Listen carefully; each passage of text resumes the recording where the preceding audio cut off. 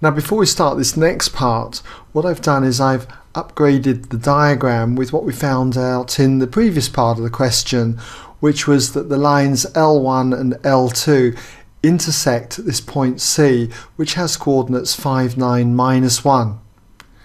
Now for this part of the question, we're told, and we can add it to the sketch, that we're told that we have 2 points A and B, A on line L1 at the point where lambda equals 0, and B is a point on the line L2 where mu equals -1.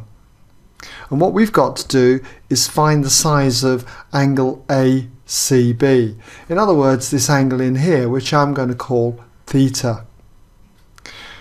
So we've got to give our answer to 2 decimal places as well, but how are we going to do this? Well, what we're going to need to do is to use the dot product, or scalar product as some of you might know it as. And just as a reminder, here it is here. The cosine of an angle here is equal to the dot product of 2 vectors that surround the angle divided by the modulus of those 2 vectors. And the 2 vectors that I'm going to be looking at are going to be these 2 vectors, C to A, we'll just mark that in there, and the vector C to B. And it is important that your 2 vectors come away from your point C. If one's coming away and the other one's going in the other direction, what you find out is this exterior angle here. So be very careful. You need to make sure your vectors come away from your point C. And so the vector A is going to be the vector CA, and the vector B is going to be the vector CB. But before I can find those vectors, I actually need to get the position vectors or coordinates of the points A and B. And that's our starting point in this question. So let's first of all get A, and we can do this when lambda equals 0. So if we just come down here for the moment, we can see that when lambda equals 0, what we've got is that r would equal 2, 3, -4. This would be the position vector of A. In other words, the vector O to A. So therefore O to A will equal the vector 2, 3, -4.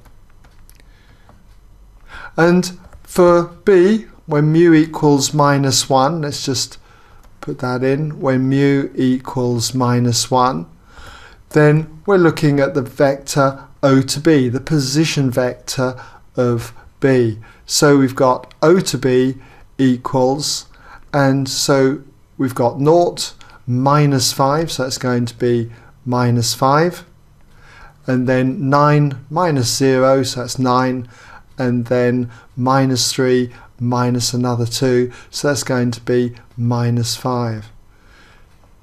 Okay, so there's our vectors O to A, O to B, but we wanted the vectors C to A and C to B. So if we come down here now, we can get C to A.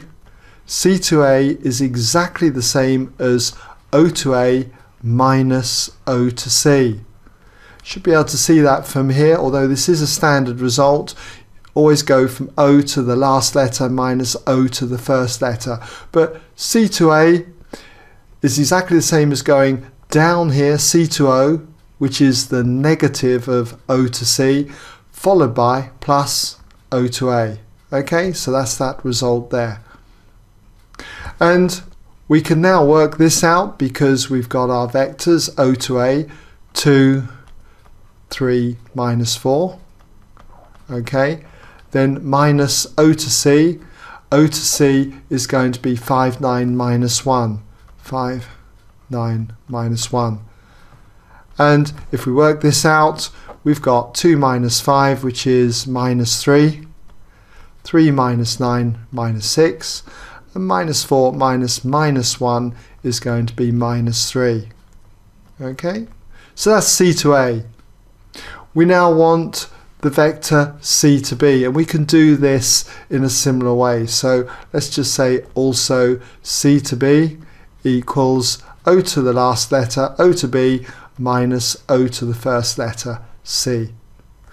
And o to b then is 5, 9, minus 5, 9, minus 5, I should say, minus 5, 9, minus 5.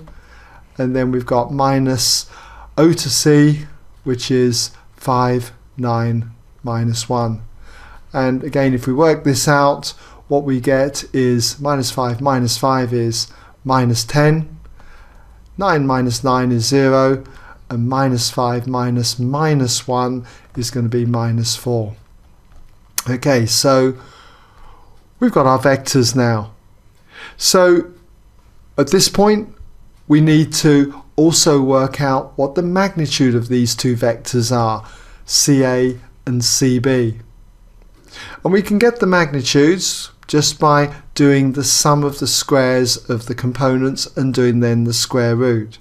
So we can talk about the magnitude of the vector c to a as being equal to the root then of 3 squared, we can take off the minuses, 3 squared plus 6 squared plus 3 squared. And if you do this, you end up with the root of 54, which is the same as 3 root 6, so that's 3 root 6. When it comes to the magnitude of CB, just put a comma there, the magnitude of CB, and I'm sorry about it being a bit cramped, but as I say, I don't want to scroll to another screen, but the magnitude of CB similarly will be the square root of the sum of the squares of the components here. So you've got 10 squared plus 0 squared, I'll leave that off, plus 4 squared. The square root of 116, which is the same as 2 root 29. Okay, so we're now almost in a position to start working towards getting this angle. Now when it comes to working out cos theta then, all we need to do is just do the dot product between our two vectors, CA and CB, and divide it then by the magnitude of them.